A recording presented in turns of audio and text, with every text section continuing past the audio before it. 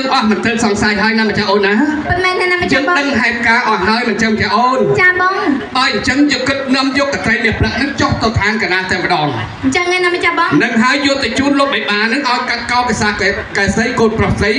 ឲ្យកូនលោកបេបាឲ្យមានសេរីសួស្តីចាប់ពីថ្ងៃនេះតទៅណាម្ចាស់អូនណា អញ្ចឹងយើងចោះទៅណាម្ចាស់បង បាញ់អញ្ចឹងយើងចុះទៅហើយអូនឯងចេះហោះអត់ ខ្ញុំនឹងម្ចាស់ចេះហោះតាមម្ចាស់បង ចេះថា ចា ចេះហោះមិន ខ្ញុំនឹងម្ចាស់នឹងហោះផ្ងា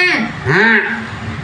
អាណាហោះផ្ងាមិនទេ អញ្ចឹងម្ចាស់បងហើយយ៉ាងម៉េចចុះ ខ្ញុំហោះកម្ម យើងហោះកម្ម ហោះកម្មប្រកបកម្មយើងស្រួលមើលចេះ ចុះខ្ញុំហោះផ្ងានេះខ្ញុំនៅលើ អូនឯងមើលតែមេឃមើលតែផ្កាយលើនោះហោះតែផ្កាយចេះទៅ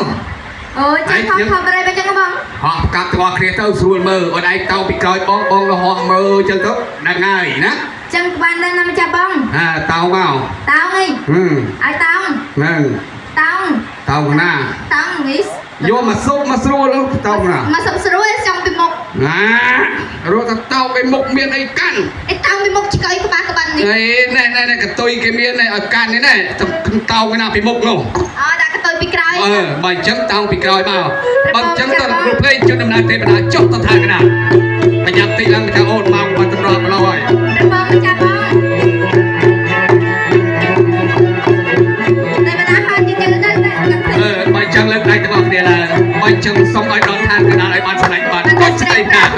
បងជឹកមកដល់តែម្ដងស្ទុយ